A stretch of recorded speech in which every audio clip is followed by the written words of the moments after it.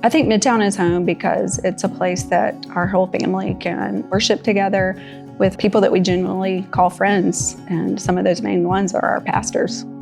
I appreciate just being able to come up and talk to them at any time about anything, that they're always open and very approachable and just awesome.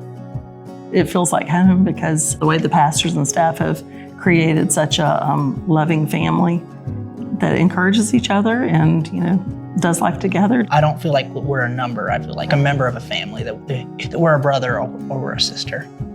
The people makes Midtown home. You walk in and so many people know you and greet you and just know who you are and what's going on in your life. And to go to a place where people know you, they know your story. We're doing life together, we're praying for each other, we're in life group together, or even serving together, whatever it is. It's like, I'm known, and that just reminds me of how much more we're known by our Father as well. Midtown is home to us because of the family that we have. Everything is very real. It's always just felt like the right place to be for us, for sure. Since the first service we went to, felt like that. The teaching is always centered around Jesus. Well, right from the beginning, it was clear that we were in a group by ourselves. We were older and everyone was younger. But one of the things we really appreciated is the pastors. They made us feel welcome. They encouraged us to just jump right in and into ministry, and that's what we did. The pastors, the members, our friends in the church, they all live out, like our motto is, the people of the pages. And so just seeing everyone in the church, not just preach or talk the talk, but actually doing what Jesus calls us to be, to love others ourselves, to give sacrificially, giving their time, giving their resources for others. One thing I love about our pastors is that they are not scared to talk about the tough things, and they're just very vulnerable, and just in the way that they share. So that I think has really spurred us on to be able to, be courageous in some of that as well. I think the biggest impact the pastoral staff has had on me personally is just being rooted in the Word. They're not up there for themselves. That it is obvious they're there for the flock and being genuine kingdom builders. And I think I see them living out their faith as well. And it's not just something that they're saying, they're living it out. And our servant leaders in our church. And I just think about the times where we're getting ready for the gathering and Brandon will go out there, or Taylor, and they'll go pick up trash. And it's like, they're not above doing the things that need to get done to make our church a welcoming place. So the thing that I think that stands out to me the most about Andrew, Bailey, and Brandon is that it's not just about Sunday mornings.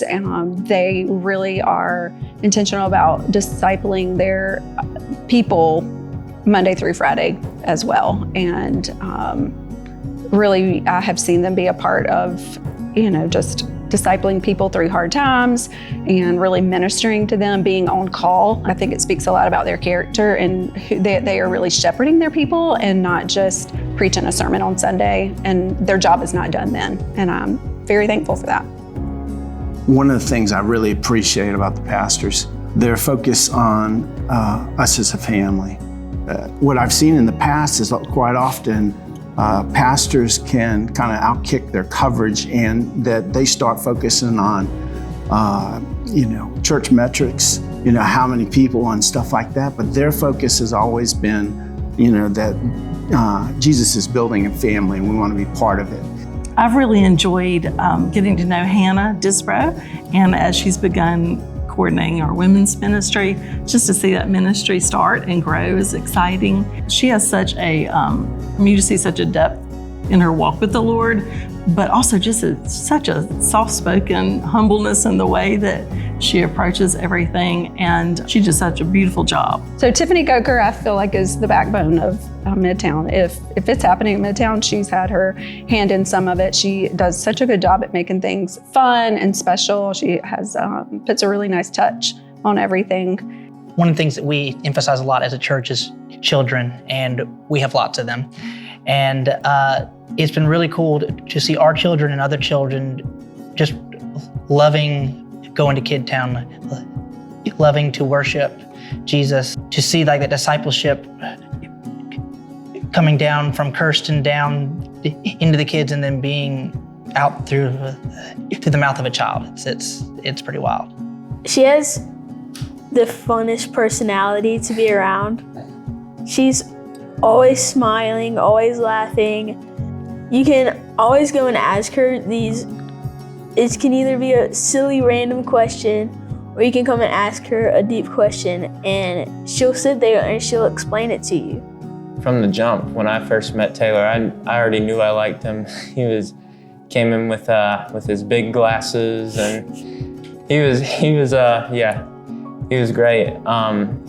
Back in the 6th grade, I struggled a lot with porn and stuff like that, and he was with me every step of the way through that, and I could just call him and talk about stuff anytime, and he's really just helped me grow in my faith, came through in that season of my life, and I'm super thankful for students, because sometimes it was just a relief from the weight of the week, you know? I'd like to just say thank you to the spouses, originally Lauren and Christy, but I appreciate those ladies. I know they, especially the two of them, sacrificed a lot, and the kids too, I'm sure, for the time that it takes on the weekends and away from your family. So we appreciate them and the rest of the spouses of all the staff. I can only imagine what it is like to have multiple kids that you're getting ready on Sunday morning, making sure they're fed and dressed and getting to the gathering on time, essentially as a single parent for that moment in time. So thank you to all of the wives of our pastoral staff who still show up every week with a smile on their face, even if it's been a hard morning. And I can only imagine how difficult that is. But we see you and we thank you for that. If I can say one message to our pastors, they are building something special. You don't have those relationships without people being intentional. And it is very obvious how intentional our pastors are. But with that intentionality comes sacrifice. It comes with long hours, it comes with phone calls and conversations, and I would like to encourage our pastors, their families, to continue to ask how God can use them to be His instrument to continue building His kingdom. And we are just happy to be a part of it.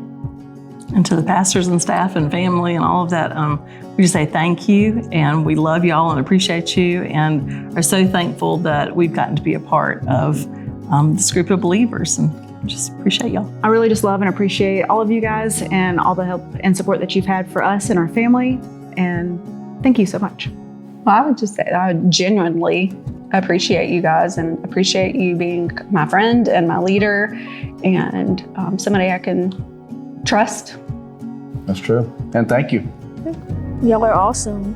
Like, y'all are just probably some of the best things that have happened to me. So, I mean, yeah, I really love you guys. So. You guys are awesome. You've just been there for us when times got tough, and when I'm sure we weren't the easiest to work with because we were all, crazy. But just thank you for pouring out into us and just constantly showing up and being there, and just don't get discouraged. You're doing great.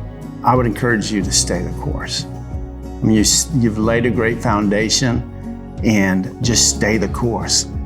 Keep building that family. Keep focused on Jesus. There's going to be things that are going to make you want to quit. Don't do it. You're raising a generational family to love and follow Jesus Christ. There's no higher calling. Thank y'all so much for everything that you do in our church and in our community. We love y'all so much.